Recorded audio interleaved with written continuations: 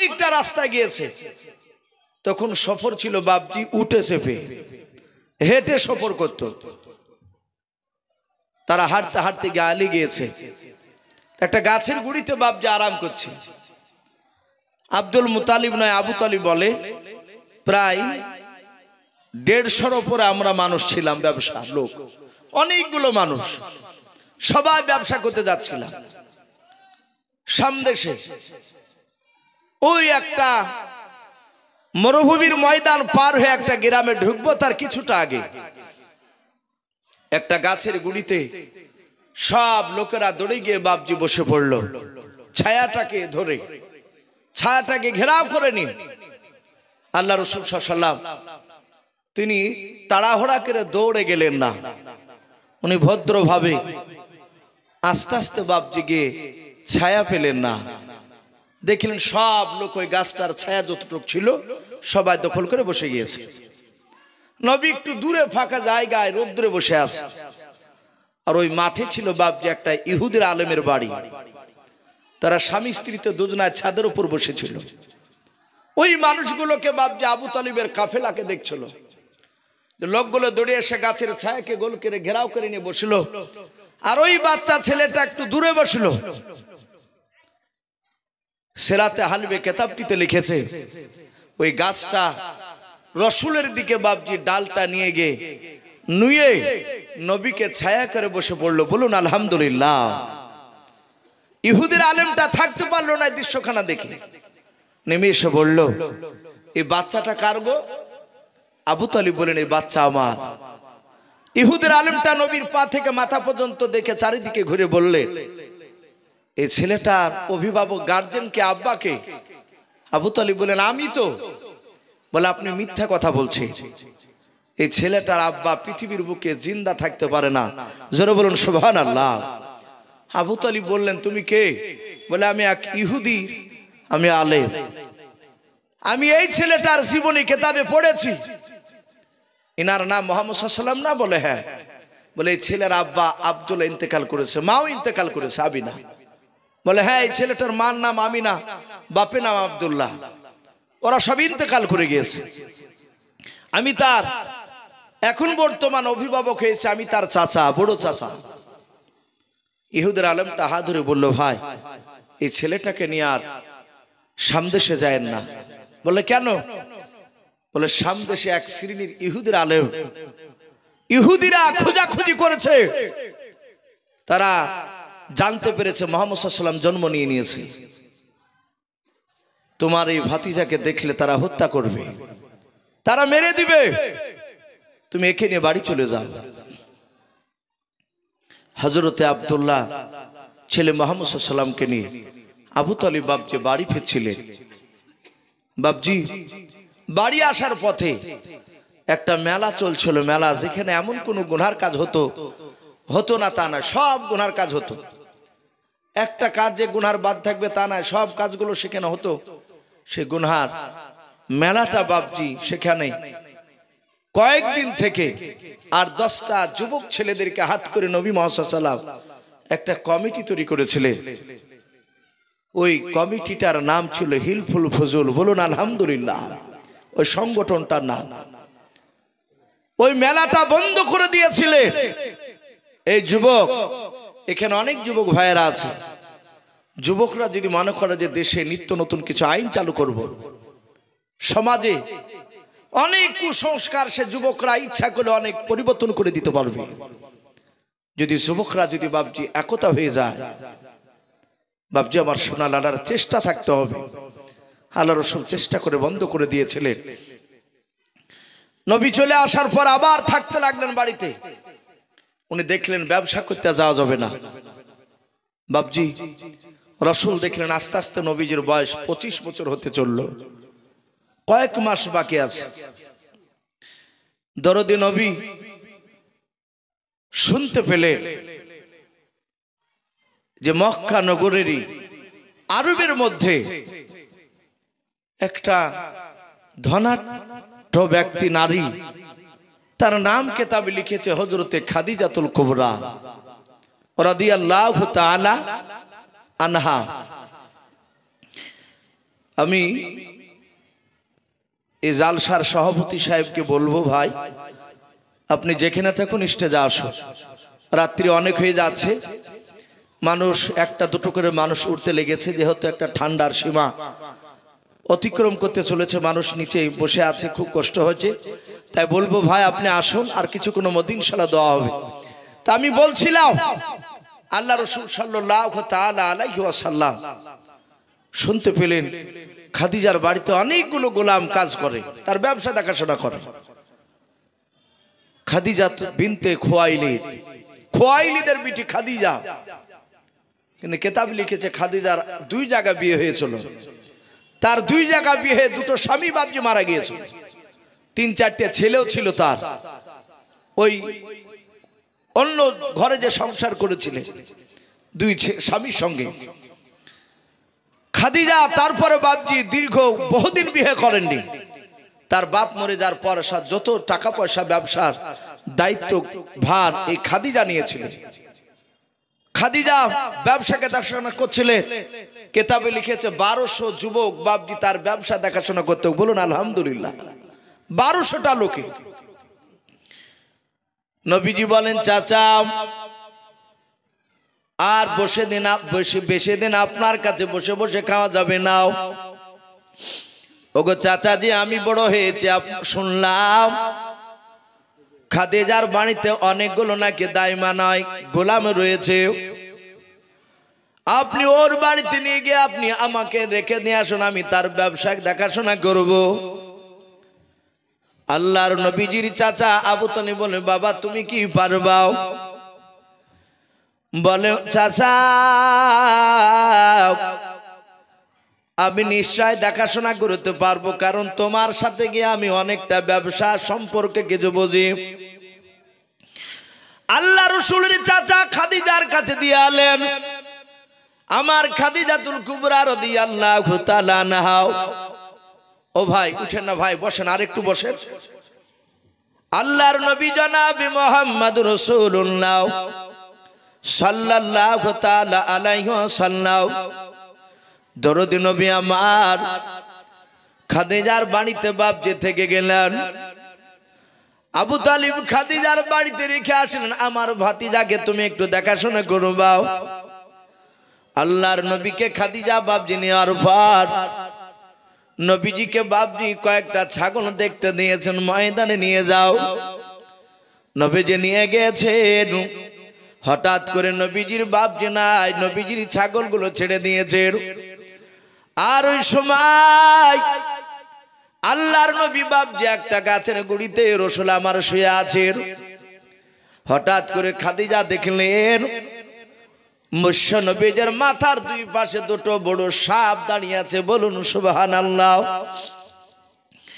খাদিজা গোলামদেরকে ডেকে বলল রে গোলামেরা, গতকালকে ওই দেখ ছেলেটা আমার বাড়িতে রেখে গিয়েছে ব্যবসাকে দেখাশোনা করার জন্য, যাও আমার ওই ছেলেটার সামনে যে সাপ রয়েছে সাপটা মেরে দিয়ে এসো।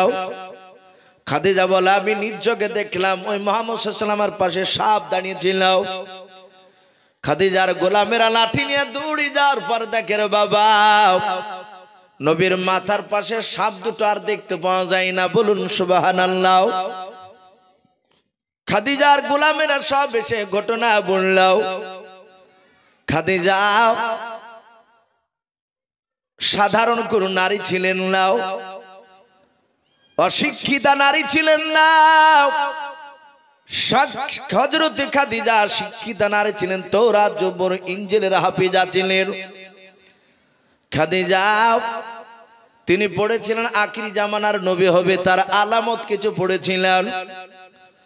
ওই বিশ্ব নবী জনাবে মুহাম্মদ রাসূলুল্লাহ সাল্লাল্লাহু তাআলা আলাইহি ওয়াসাল্লামের কিছু চরিত্র বাবা খাদিজার পড়ার সাথে বাপজি মিলে গিয়েছিল। বলুন সুবহানাল্লাহ।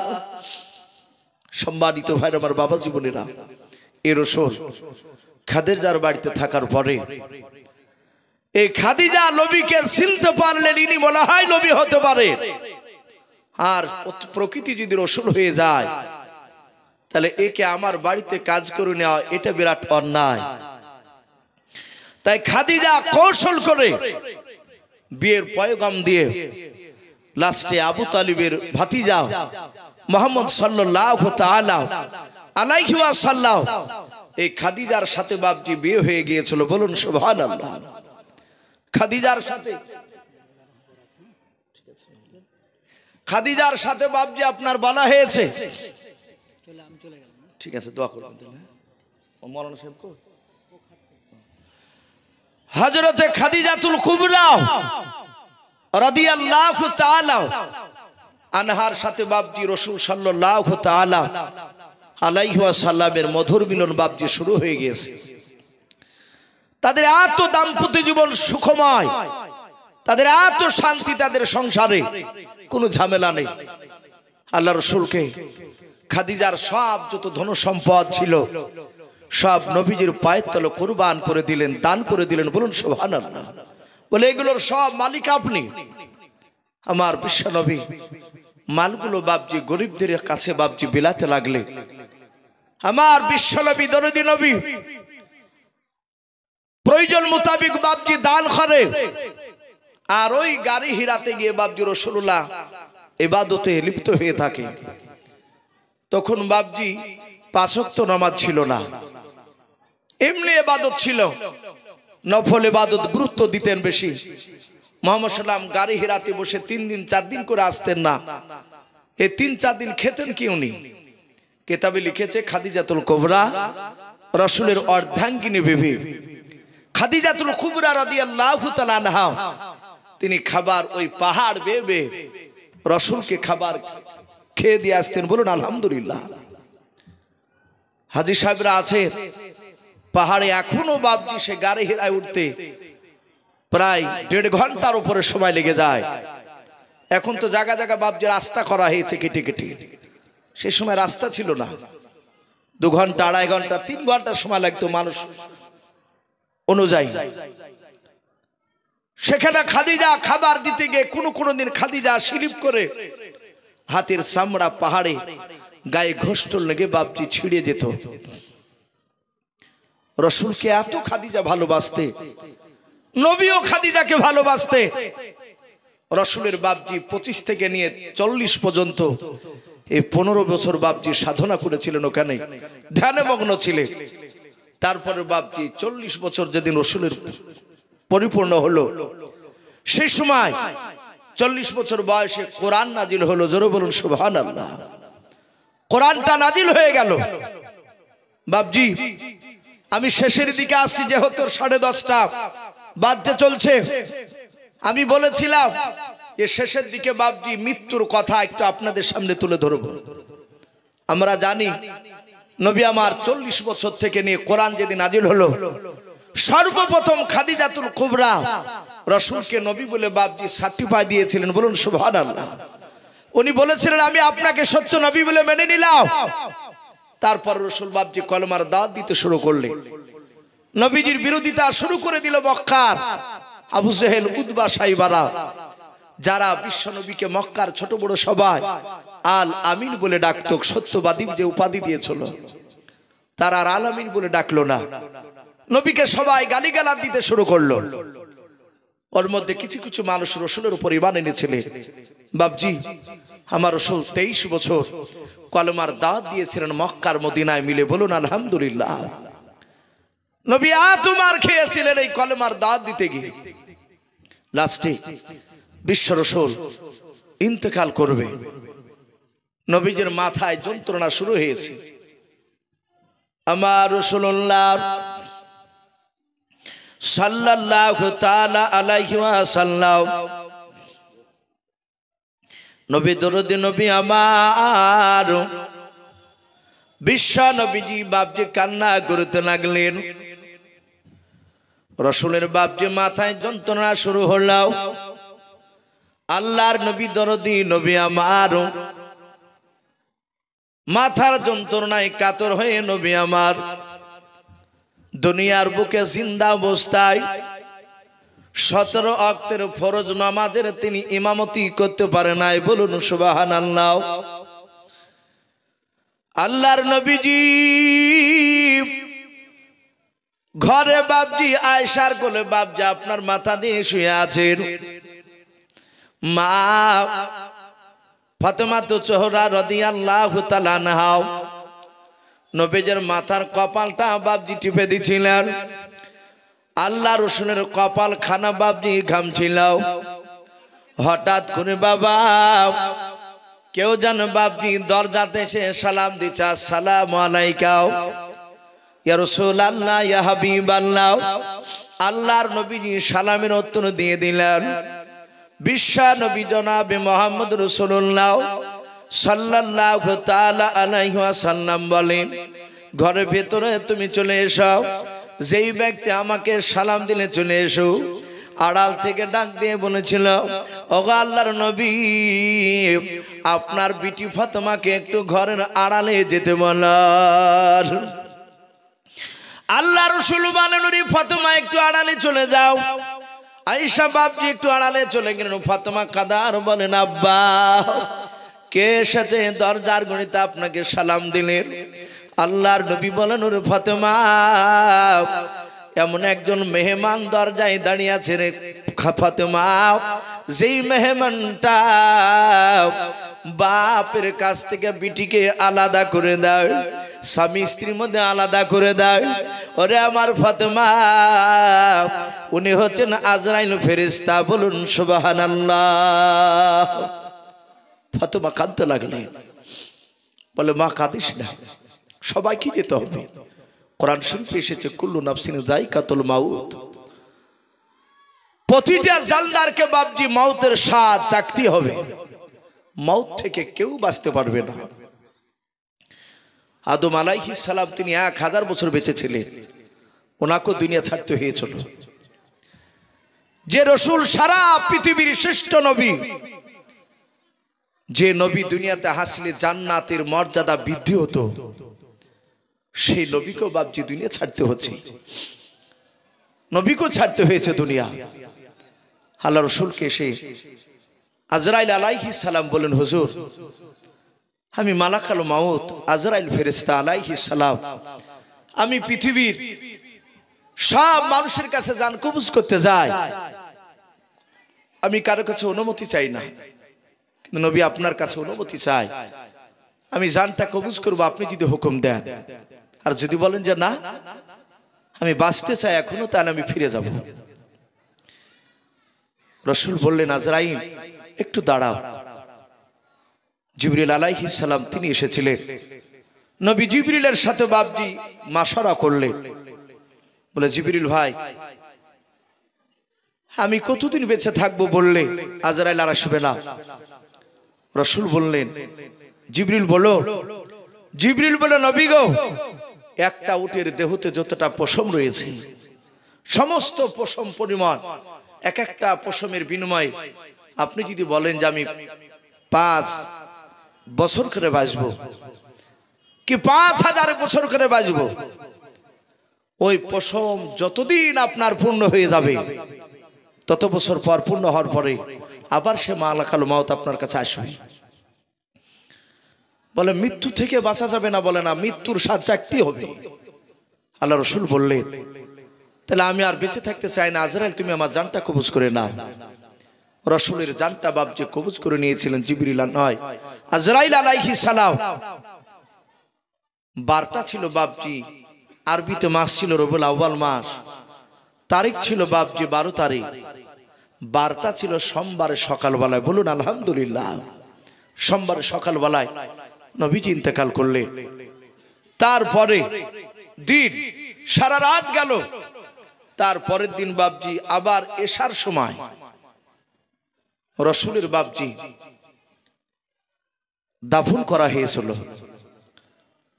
এখন প্রশ্ন হতে পারে, আল্লাহ রাসূলের জানাজা কে পড়িয়েছিল? আমরা অনেকে হয়তো জানি না। নবীজির জানাজার ইমাম বাপজি কেউ হতে পারেনি। বলুন আলহামদুলিল্লাহ। নবী তো সারা পৃথিবীর ইমাম, আবার এই নবীর আবাকে ইমাম হবে। সবাই আপন মনে বাপজি কয়েক দফা বাপজি জামাত হয়েছিল। মানুষ হাজার হাজার মানুষ কাতার বেঁধে দাঁড়িয়ে সবাই নবীজির বাপজি সামনে, নবীকে সামনে রেখে সবাই কাতার, যেমন আমরা কাতার বেঁধে জানাজা নামাজ পড়ি, কিন্তু ইমাম কেউ হয়নি। আপন আপন সবাই কাতার বেঁধে আপন আপন দোয়া পড়ে চলে গিয়েছে, দোয়া করেছে। লাস্টে বিশ্ব নবীজির বাপ যে লাশ নিয়ে নিয়ে ঝামেলা হলো, মক্কার লোকেরা বলছে মক্কায় নিয়ে যাব, মদিনার লোকেরা বললো না মক্কাতে যেতে দিব না, মদিনাতে থাকবে। এই ফয়সালা কে করবে? লাস্টে আয়েশা সিদ্দিকা রাদিয়াল্লাহু তাআলা আনহা তিনি বললেন, ওগো ওমর ফারুক, হে আল্লাহ রসুলের সাহাবা, আমার নবীজি আমার কোলে মাথা দিয়ে বলেছিলেন, আয়েশা আমার মন বলে মৃত্যুর পরে আমি তোমার কাছেই আমি থাকি এই ঘরে। এই কথাটা ওমরকে বললেন। ওমর শুনে বললেন, আর পৃথিবীর মানুষ কেউ নিয়ে যেতে পারবে না।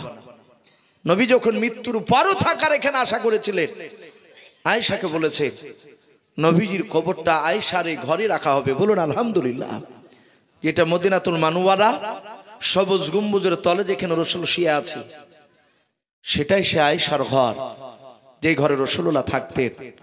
বাপজি, আমার বিশ্ব নবীকে সেখানে দাফন করা হলো। এ ছিল বাপজি রাসূলুল্লাহর ইন্তেকালের ঘটনা। আমি আপনাদের সকলকে বলবো, বাপজি রাসূলের জীবনী বলেন আর যাই বলে, 3 দিন বলেন, 4 দিন বলেন, 2 দিন বলে, আলোচনার সব আসল বিষয় হচ্ছে বাপজি বেনামাজি মানুষ তারা কিভাবে নামাজ পড়বে, এটাই তো উদ্দেশ্য আমাদের। যারা চলে গিয়েছেন আমাদের কাছ থেকে তাদের জন্য বাপজি একটু দোয়া করা হবে। তাই প্রতিটা বাপজি ভাই মা বোনদেরকে বলবো, আমরা সকলে 5 ওয়াক্ত নামাজ পড়বো। বলুন ইনশাআল্লাহ, বলুন ইনশাআল্লাহ। আর নিজের সন্তানদেরকে বাপজি ছেলেদেরকে নামাজ পড়ার কথা বলবো, মেয়েদেরকেও ছেলেদেরকে বলবো যে বাবা মসজিদে জামাতে নামাজ পড়তে গেলে প্রচুর নাকি। আর মা বোনেদেরকে বাড়িতে নামাজ পড়ার আমরা তাকিদ দেব, হুকুম দেব। বলুন ইনশাআল্লাহ। আল্লাহ রাব্বুল আলামিন আমাদের সকলকে কোরআন এবং সুন্নাত মুআফিক আমল করার তৌফিক দান করুন। বলুন আল্লাহুম্মা আমিন, আল্লাহুম্মা আমিন। বাপজি 2 রাত্রি জীবনী জালসা সংক্ষিপ্তভাবে নবীজির জীবনী মোটামুটি বাপজি একটু তুলে ধরলাম। অনেক কথা বাপজি হয়তো ধারাবাহিকভাবে বলতে পারা যায়নি, যেহেতু 2টো রাত্রিতে বলা বাপজি সম্ভব নয়। আর আমিও তো মানুষ বাপজি, প্রায় 2 ঘন্টার উপরে বাপজি আপনার বেশি বলা হয়ে গিয়েছে। তো যাই হোক, আমার পূর্বেকার বক্তারাও বাপজি তারা আল্লাহ রসুলের কথা কিছু আলোচনা করেছে। আমরা দোয়া করব এই বাপজি ভাইদের আজকের এই জালসার মাহফিল আল্লাহ কবুল করুন। এরা যেন আগামীতে প্রতি বছর অনেক জায়গাতে বাপজি জালসা দেয় না, গান বাজনা নিয়ে বেঁধে থাকে। তো গান বাজনার পরিবর্তে আল্লাহ রসুলের কথা বাপজি আলোচনা হবে। এসব দোয়ার মজলিস করা বাপজি এগুলো খারাপ কাজ নয়, ভালো কাজ ইনশাআল্লাহ। কিন্তু আমরা চেষ্টা করব, মানুষ বাপজি অনেকে আসছি কিন্তু বাপজি আমরা জালসা তালায় বসছি না, মেলা তালা থেকে ঘুরে চলে যাচ্ছে। আমি অনুরোধ করব বাপজি ভাই, আগামীতে জালসা দিলে এভাবে মেলা তালাতে আমরা বেশি ঘোরাফেরা করব না। আর জালসায় যেই জালসাতি বাপজি মেলা বসছে সেই জালসাতে দেখা যায় যে প্যান্ডেলও লোক খুব কমই হচ্ছে, মেলা তালা থেকে মানুষ ভিড় জমাচ্ছে। আমরা অনেক জায়গায় দেখছি যেখানে মেলা বসে না, সেসব জালসাতে দোকানপাট বসতে না দিলে সেসব জালসাতি বাপজি মানুষ এসে সুন্দরভাবে বসে। আমরা চেষ্টা করব বাপজি ভাইয়েরা, আমরা মেলা তালা সবসময় ঘুরবো না, আমরা জালসার মাহফিলে এসে বসবো, শেষ দোয়া নেওয়ার চেষ্টা করবো ইনশাআল্লাহ। আমরা রব্বি মিন কুল্লি যামবি ওয়া আতুবু ইলাইহি লা হাওলা ওয়ালা কুওয়াতা ইল্লা বিল্লাহি আলিয়্যিল আযীম। বাপজি এখনই দেওয়া হবে। যে অবস্থা আছে বাপজি ভাইরা মা বোনেরা সকলে হাত তুলে একটু দোয়া করে আল্লাহুম্মা আমিন। আলহামদুলিল্লাহি রাব্বিল আলামিন ওয়াল আকিবাতু লিল মুত্তাকিন ওয়াসসালাতু ওয়াসসালামু আলা রাসূলিল আমিন ওয়াসসালাতু ওয়াসসালামু আলা সাইয়্যিদিল মুরসালিন। রব্বানা যালামনা আনফুসানা ওয়া ইল্লাম তাগফির লানা ওয়া তারহামনা লানাকুনান্না মিনাল খাসিরিন। আয় আল্লাহ, গভীর রাত্রি হয়ে গেছে রে মওলা। আল্লাহ, প্রচন্ড হাড় হিম করা শীতের রাত্রিতে রব্বুল আলামিন তোমার ইমানদার বান্দা বান্দীদেরকে নিয়ে তোমার শাহী দরবারে হাত উঠিয়েছি। আয় আল্লাহ, তুমি দা মেহেরবান করে আজকে পবিত্র জালসার মাহফিল তুমি কবুল করে নাও। মওলা রে, আমাদের ছোট বড় সকলের হাতগুলো তুমি ইমানদার হিসাবে তুমি কবুল করে নাও। আয় আল্লাহ, আমরা সকলেই গুনাহগার, খাকসার, নাদান তোমার বান্দা। দিনের আলো রাত্রির অন্ধকার মহলাও, সগীরা কাবিরা, জানা অজানা, ছোট বড়, জাহিরি বাতিনি যাবতীয় গুনাহ করে ফেলেছি। আয় আল্লাহ, তুমি আমাদের সকলের জীবনের যাবতীয় গুনাহগুলো তুমি মাফ করে দাও। আয় আল্লাহ, আজকে 2 রাত্রি জালসা জীবনে ছিল, আজকে শেষ হয়ে গেল জীবনে মওলাও। আয় আল্লাহ, তুমি দাও মেহেরবান করে 2 রাত্রি জীবনে জালসা তুমি কবুল করে নাও রব্বুল আলামিন। আয় আল্লাহ, আলোচনা করতে গিয়ে যদি ভুল হয়ে যায় ক্ষমা করে দিয়ে আলোচনা বলা শোনা সব তুমি কবুল করে নাও। আয় আল্লাহ, এই জালসাতে দেখো বাপজি ভাইরা, মা বোনেরা হাত তুলে আমিন আমিন করেছেন মওলা।